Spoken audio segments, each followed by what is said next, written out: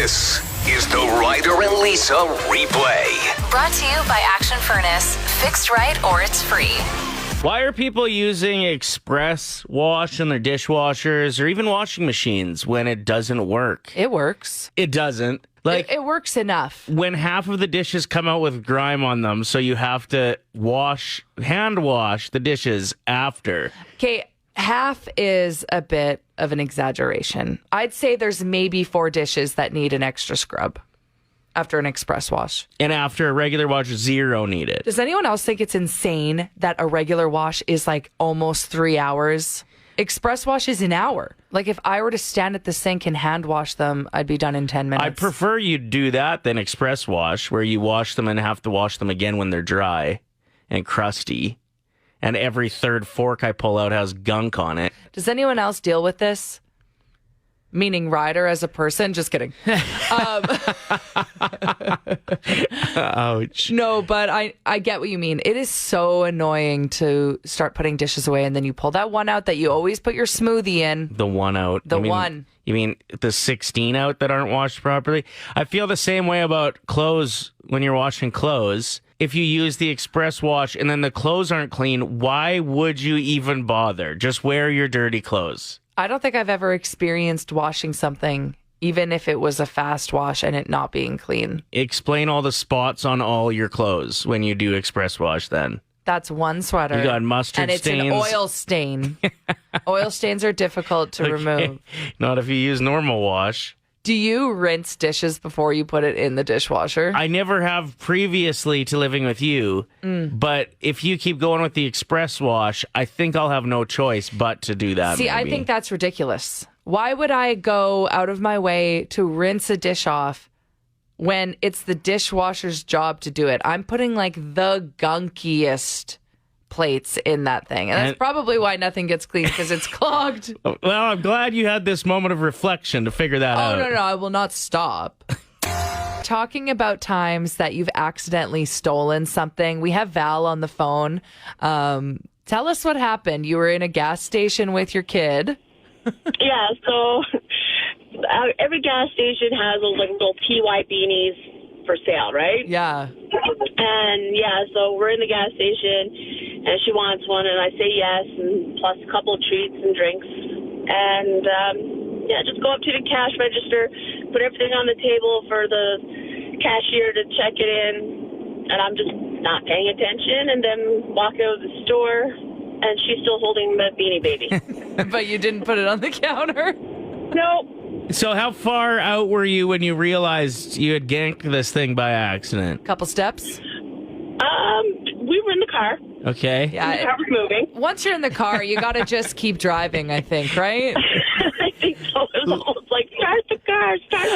Get out of here. Look behind you to make sure nobody's chasing you. Yeah, pretty much. Now, do you think that your kid learned anything from that experience? Like, did she get a thrill off of stealing it? Is this something you're going to have to be a little bit nervous about? No, definitely not, because she's very much right and wrong. Okay. Okay. And so, like, I'm even surprised, like, because it was her holding the Beanie Baby, so I'm even surprised we got that far. Yeah. Yeah, that's To true. be honest with you, because she's the one that's like, Mom, I still have this in my hands. I feel like if that would happen to me when I was a kid and I would have gotten, like, the thrill of, wow, that was easy. You would have been a sticky fingers for the rest of your life. I would have. Thank you for the call, Val. We appreciate you. Thanks a lot. Have a great day. Yeah, have a good week. So this is why we wanted to talk about this, and hit us up with your stories, because I'm sure you've got something of a time you accidentally stole something. It happens. 780-784-7107. This is what happened to Ryder last night. We went to see Top Gun Maverick with a couple friends. Chad Cook, who spins on our station every Friday, was with us. And you and I were sharing a large popcorn. Yes, so we were. I say, I don't want to hold this while I'm filling out my pop. And you just kind of ignore me. And so I'm like, all right, I guess I'm dealing with everything here. And so I set the big popcorn beside the pop machine, load up my pop, and then I turn, grab the popcorn that's there, and start walking back. And I'm like doing that cool move where you like grab popcorn with your tongue. And I apologize because I didn't really process that you and I were sharing the popcorn while I was doing this. Yeah, but whatever. I come around the corner and you're standing there with the bag of popcorn in your hand. This was the funniest part.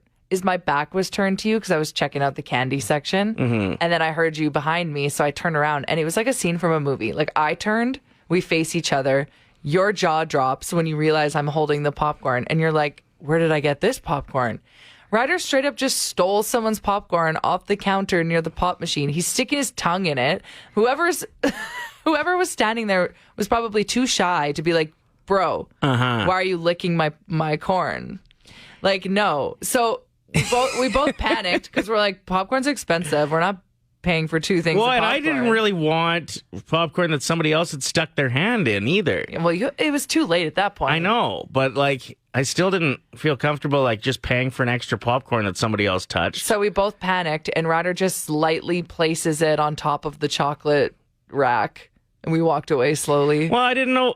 So this was at one of the new style of movie theaters where you pick your stuff up and then you pay as you go in. Yeah. Like if this would have happened at The till. where they get you the popcorn, you pay, and then you go into your movie, I would have actually stole from someone.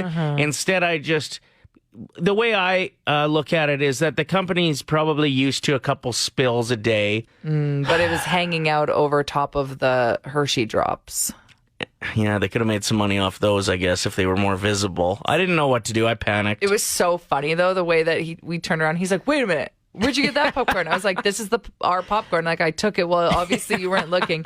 It was so funny. Anyway, we want to hear from you. Something that you accidentally stole. Lindsay hit us up and said, I accidentally stole a case of water from Safeway. It was under my cart. Okay, classic. That's what they all say.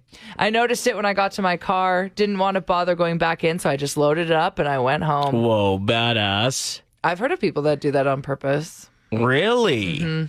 Who? You've got a weird smirk on your face. One of your friends? I know someone that's done it. And they were like, I knew it was there. No. Yeah. I don't like that. I know. That person's not invited to my house anymore because they'll steal anything. Once a stealer, always a stealer. I don't know. People can change. I've had It was you, wasn't it? It actually wasn't me. I've stolen once in my life, and it was a hair clip from Claire's, and I felt so guilty that I walked back to St. Albert Center and returned it. I handed it back to the person working. Did you tell them that you stole it? So what I did is because I took it off of the packaging, right? That's why I stole it, because I put it in my pocket so it wouldn't go off. What I did is I pretended I was shopping again, and I said, oh, this was on the floor. It doesn't have a barcode. You know And what I gave happened it to back that thing? They just threw it out because it was no longer part of the package. Good job, Lisa. Ethan hit us up and said, my dog was with me at the pet store, and while I was paying for his food, his leash must have been just long enough to reach a basket of dog toys. Nice. Didn't notice the elephant toy he had in his mouth until we were getting in the truck. I could have taken it back, but he'd already chewed on it a bit. It looked a little slobbery, and I thought the story was pretty funny, so we just got out of there like the criminals we are. Sarah says, one time when I was a young teenager, I was looking at the friendship bracelets in Claire's. Sarah's ponytail was rubbing on the necklace spinner behind her. She goes on to say, I ended up getting a necklace caught in my hair and walking out of the store with it. I found it like an hour later, and I felt so bad, so I returned it terrified. And the associate at the store was so rude about it. She insisted that if she saw me ever again, she would call security. Really? Thick hair problems is what Sarah ended the text with.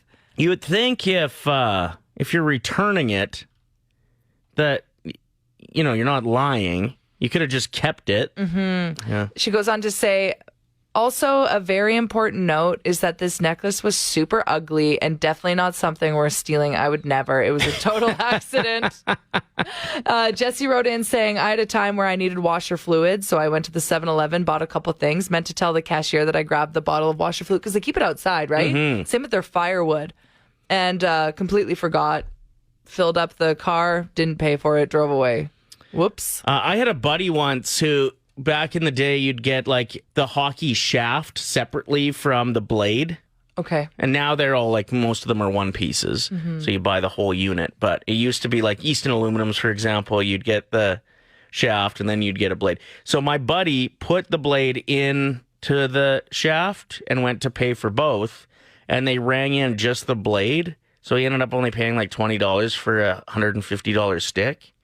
And when he told his dad about it, he thought his dad was going to be really mad. His dad went in and tried the same thing. He thought it was such a good gosh. I've had times where I bought plants and also a pot. And it was at IKEA. Do you remember that? No. Where I had something in the pot but only scanned the pot and not the fake plant. Oh, yeah. And they then busted you. They busted me, but I didn't realize it. Like, I I swear. And there was a listener there, too, and I swear they, watched the whole thing, and they were like, Lisa Evans, sticky fingers. Daniel wrote in, actually on our Facebook page, because we asked this at Play 107 YEG. Go give us a follow on the Facebooks. He said, I'm notorious for stealing pool cue chalk when I'm out drinking at a pub. I never think about it. I just pocket it and play, and poof, I wake up with 2 or 3 in my pants the next day. It got so bad at this one place that I was a regular at that you had to start asking for and returning it when you played. Oof, such a thief that they had to change the rules for you. Come on. Julie says, morning, my favorite morning peeps. Well, thank you. I have walked out without paying for my potatoes before because they were under the basket in the grocery store cart.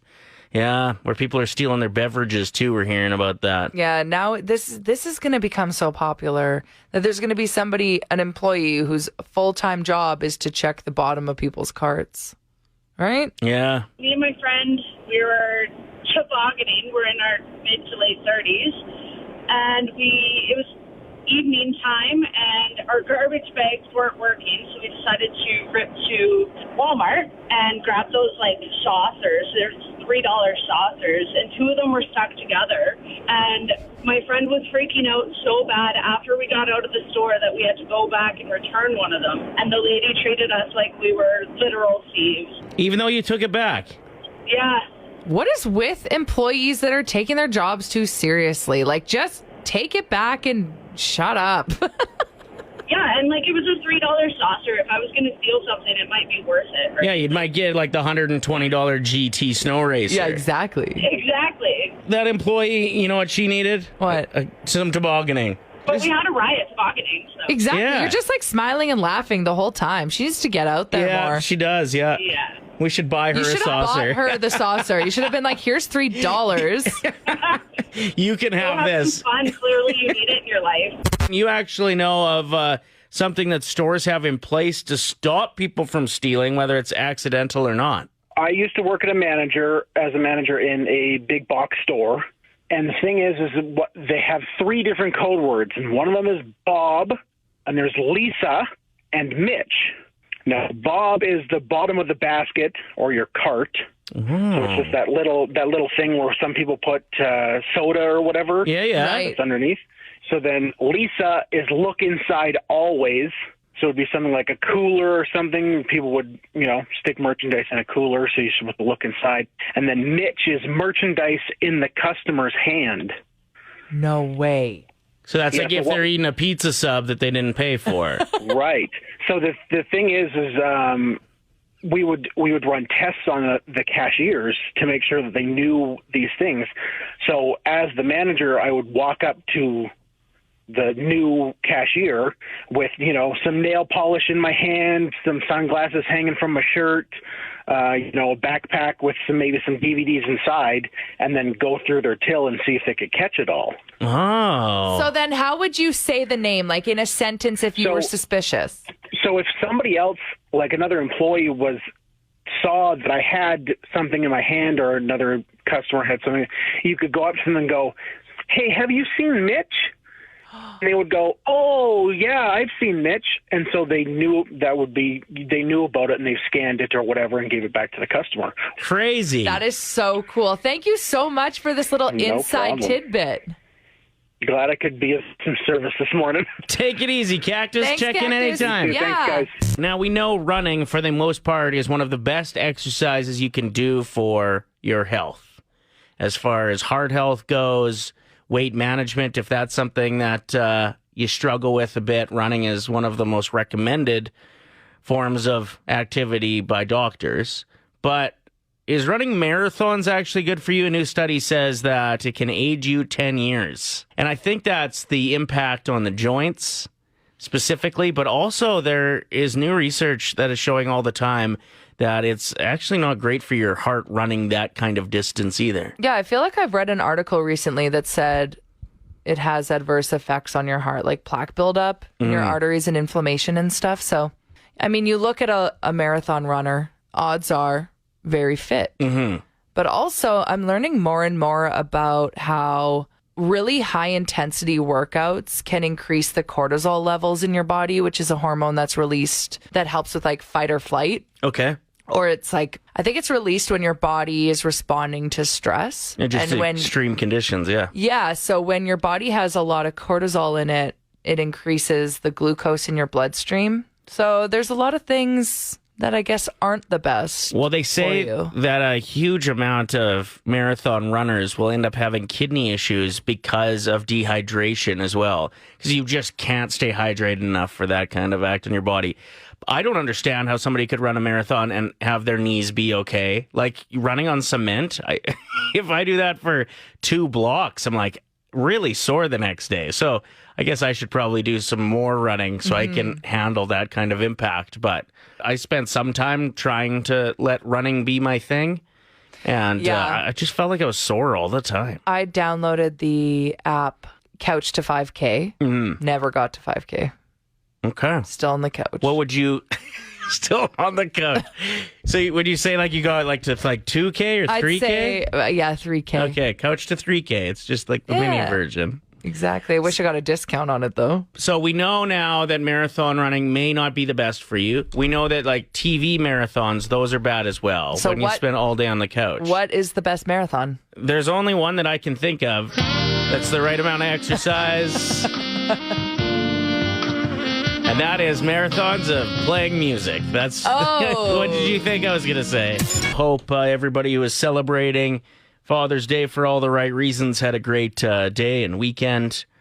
I could see how it would be a really tricky day of the year for a lot of people out there. And I was thinking about it yesterday, and like before social media, you know, if you were celebrating Father's Day for the right reasons in your home, that's great. Like awesome. Love dads that are doing it right. And then to others that aren't celebrating it, it was just another day. Yeah, before social media. They'd know that it was Father's Day likely. You know, they might see a story on the news about it. Yeah, but maybe. That's kind of where it would end. Whereas now, I mean, every time you open your phone, and I think people that are maybe like a little bit sad, you know, turn to social media in hopes that it'll give them a little lift too. And then when you go there and it's just post after post, which I love that people do. I love the shout outs to good dads, again, like I said, but I was just thinking about the people that have lost a close dad, didn't have one, or had a terrible father. It wouldn't feel like a day of celebration, you know? Or if they're trying to be a dad and can't. Yeah, absolutely. A lot of people, it's a pretty tricky day. So just thinking about anybody who's, you know, hearing everybody talk about how happy yesterday was when that's not the word you'd use at all. I don't know why you agreed to this, but you're heading out to make a little video for social media today. Yeah, well, I like being able to help local businesses. Absolutely. I'm on board. So I'm heading out to Snow Valley tonight to showcase their summer attractions. If you're listening right now and you didn't know, Snow Valley isn't just available in the winter to go skiing and snowboarding. They got lots of stuff going on there, yeah. Yeah, they have like target golf, which is pretty fun. So you get to hit the balls up the hill at targets, which is so cool. And they have like hidden treasures where you can go get digging in the sand and find really cool stuff. And then they have their obstacle courses, which if you haven't seen their aerial park, it's pretty wild. It's intense, yeah. So they're getting you to go out, but you're afraid of heights. I'm so afraid of heights. And stubborn. So you will refuse to do anything. But I can still showcase it for others. I don't have to get up on the heights. I think you need to... Don't you need to have some shots of like... Of me doing it? Yeah, I think that's why they wanted you to come out. Come and try this stuff. Well, now what do I do? Can I go, here's the Snow Valley aerial park. I would never do it, but you guys should. No, I don't think that sells it. No, I can't say that. I think you need to commit and try to climb up there today. Ryder, my biggest fear is heights. Yeah, but you're strapped in. Like, I don't care. Face it's too your fears. Scary. No. The last time I went on a chairlift, I screamed the entire time. Now there's a video. No, that's not funny. There's a video. I will come with you and film you if you're screaming the entire time bloody murder up on this aerial No, park. okay, you come with me and I'll film you No. doing everything. You can be my guinea pig. No, Please. I will only come if it involves you losing your mind while challenging some of these things. I don't like ropes. Oh, this is the stubborn part. I don't like what wearing do you mean a you harness. don't like ropes? I don't like harnesses. Helmets never fit my head. It's too big. Like the whole thing. Anyway, everyone else should go check it out. Actually, if you're listening right now, can you meet me there tonight? And I'll film you as the listener. No. 5 p.m. I will see you there. Snow Valley Aerial Park. You're a Can't personality. You're an influencer. That's why they want you coming out. They're not hiring you to be a camera person. I'm a great camera person. I know Okay. all the right angles. Maybe they'll switch and pick me instead. I'm available tonight. Chandra from Crave Beauty and Wellness Lab. You guys always have interesting deals going on. So right now we have get your Brazilian laser and you will receive your underarms complimentary. For people that are listening that have never checked out Crave Beauty Lab, tell us a little bit about what you're all about. So we're a full medical aesthetics clinic. We offer everything from facials, lasers, to Botox and fillers. And if it's their first time in the clinic, we're currently offering a promotion, Play 15, to save 15% off their first appointment. As long as they hear it on the radio and it's their first appointment with us and they say Play 15 or that they've heard us on the radio or they mention your guys' names, we can apply that same discount code. We'll know where it came from. Where can people find Crave Beauty Lab? Where are you located, Chandra? On the east side of Spruce Grove in the West Twin Plazas. And online? www.cravebeautylab.com or Crave Beauty Lab on Instagram and Facebook. And that's Crave with a C. Yes. The Ryder and Lisa replay. Brought to you by Action Furnace. Fixed right or it's free. Play 107.